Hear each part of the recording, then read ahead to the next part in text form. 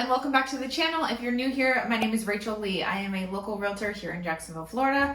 And today we are going to be getting into the top 5 biggest mistakes that I see people make when buying new construction homes. Now, we are in a very interesting market right now where most cases it can actually be more cost effective to buy a new build home than a resale. So if you are okay with a little bit of a commute to Jacksonville, or if you work from home or have a job anywhere near Southside Jacksonville or St. Johns County, it can definitely make more sense for you to buy a new build house. The builders are just offering such competitive incentives to get people to purchase new build homes that it is truly hard to compete with in any other situation with a resale home. Oftentimes these builders are offering free upgrades, closing cost assistance, mortgages with their preferred lender up to 2% less than the average interest rate. It's truly a little bit crazy, but that's just the market we're in right now. So the first mistake that I see people make in buying new construction is not getting a pre-approval beforehand. Even though the builder's preferred lender is almost always going to be able to give you the best rate and the best incentives, that doesn't mean that that's the only one that you should look at. We still encourage you to shop around with your local credit union or a bank that you've been a part of banking with for years. Go ahead and get those pre-approvals first, just so that you know what your general range of affordability is going to be, what your budget will be for a new build house. That's going to help you choose which communities and which builders that you want to look at, and then you can go ahead and do a pre-approval with their preferred lender as well. Now, if this is your first home or you haven't been through the process before, I have a video that I'll link below on how to buy a house. It's a 2-part series that I just finished, just giving you the general rundown of how the process goes to buy a house. That'll be helpful to watch at this point too. In that video, I talk about how the credit system is going to recognize that even though you have multiple pulls on your credit from different mortgage companies or banks, it's going to recognize that as one pull because they know that what you're doing is shopping around for rates. So it's not going to be detrimental to your credit as long as it's within a 30 or 35 day window. So go ahead, shop around, make sure that you're getting the best loan program and rate that you can. The next big mistake that I see people make is not hiring representation for themselves. So when you walk into a builder's office and you meet with a representative that's sitting there, that is a realtor that represents the builder.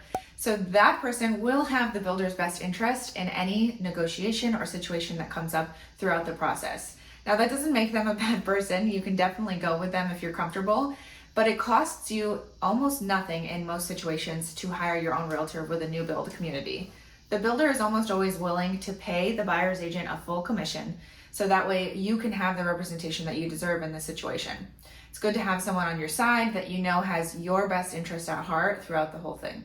It's also incredibly helpful to choose a realtor that has been through this process before, has helped other buyers through the new construction process, and even worked with this builder before.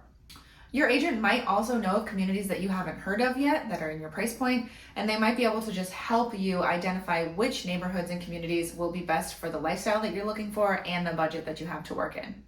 Now, another good reason to hire a realtor is that builders know that realtor can bring them future business if they have a good experience and they feel like their client was treated fairly, given a great deal, and that things that come up during the process were handled correctly. Now, you as an unrepresented buyer, you might be able to bring in a neighbor or two or a friend from out of state, but for the most part, a realtor's full-time job is to sell homes and to be a knowledge broker for all of the information on different communities and things like that. Our number 3 big mistake that I see people make is another one that a realtor can be very helpful with, and that is not asking the right questions. So I see this a lot. A lot of people don't even know the questions to ask, and things come up later and they wish that they asked at the beginning. Some questions you'll want to make sure you ask are, what are the incentives? Most of the time these are plastered all over the walls of the builder's office, but it's still good to ask, see if there's anything else on the list that they haven't mentioned or that maybe is lesser known about. You'll want to ask about what kind of builder warranty they have available, or is it included? What does it cover? Those types of things about that. You want to make sure you're asking about the model homes that you're walking through. When you're walking through, these are upgraded versions of their base models. Their job is to sell you on this beautiful new build house and the community and the lifestyle that it offers. So you want to make sure that you understand completely what those upgrades are that you'll be paying for if you wanted to have a home that looks like the model home. Now, in our area, or if you're represented by me throughout this process, we will take a trip to the design center because that helps a lot to understand the different tiers and the different levels, different upgrades and things like that. So you really understand what you're buying at base price and what everything costs to upgrade it. Now, another thing you'll want to ask about upfront is the timeline of completion. not just for your home, but also for the entire community, the amenity center, and everything like that if they're not already finished. You'll want to know how long it is that you'll be waiting to move into your house, and you'll want to know how long it's going to be that you'll live in a construction zone as well. How long are they planning to be building until they're finished with the whole community? Are there more phases coming? These are all important things to understand before you sign on the dotted line. Now, once you've seen a few communities, you've been through, you've seen all of the options, you know which builder you want to go with, you go ahead and get through all of the exciting steps, you sign on the dotted line, and construction begins. This is where our next big mistake comes in, and that is not doing all of the inspections that you are allowed to during this phase. For a new construction home, it's a little bit different than resale. You are allowed to do a few different inspections throughout the way. It is going to cost you for each of these inspections, but it is well worth the money, and we definitely suggest that you do it. The first inspection is going to be a pre-drywall inspection. That way they can come out, check through it. It's someone that you hire. You know, the city or the builder, sometimes they miss things or they're not looking very closely. It's always good to have someone you hire specifically come out and look at it to make sure everything looks good to their kind of third party. This is going to give you so much peace of mind going forward. It is worth every penny.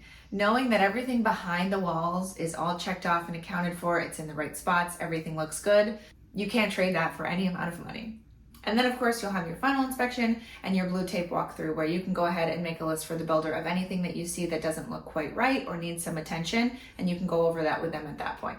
Now, after the inspections have been completed, any repairs that you've asked for have been done or changes have been made, then the next mistake I see at this point is ordering the appraisal too early. So this is just going to save you a little bit of money. If you're going with the builder's preferred lender, they usually have very strict timelines and they are aware of these pitfalls. They'll avoid them for you. But if you're going with a credit union or your local bank, a bank that you've been banking with for a long time, they might be in a hurry to order the appraisal. You want to make sure that you don't order that too early. If the appraiser comes out and sees that there are missing safety components like handrails or outlet covers, floors aren't in, anything like that, they are going to give you a subject to appraisal at that point, and you're going to have to pay for them to come out another time after those things are completed to confirm that everything got done.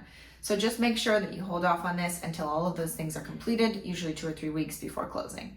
Now that's going to complete our list for today of the top 5 mistakes that you can make when buying new construction. Now there are plenty of other little mistakes that could come up, which is again why having a realtor is so helpful. They'll help you avoid a lot of those pitfalls and mistakes so that way you don't have to learn the hard way. Now if you are considering buying new construction in Jacksonville or St. Johns County, I'd love to help answer any questions that you have, walk you through the process, and help you identify which community is going to be best for you, your lifestyle, and your budget. My contact information is going to be here on the screen as well as down below in the description. Again, thanks for being with us here today and watching, and we will see you in the next one.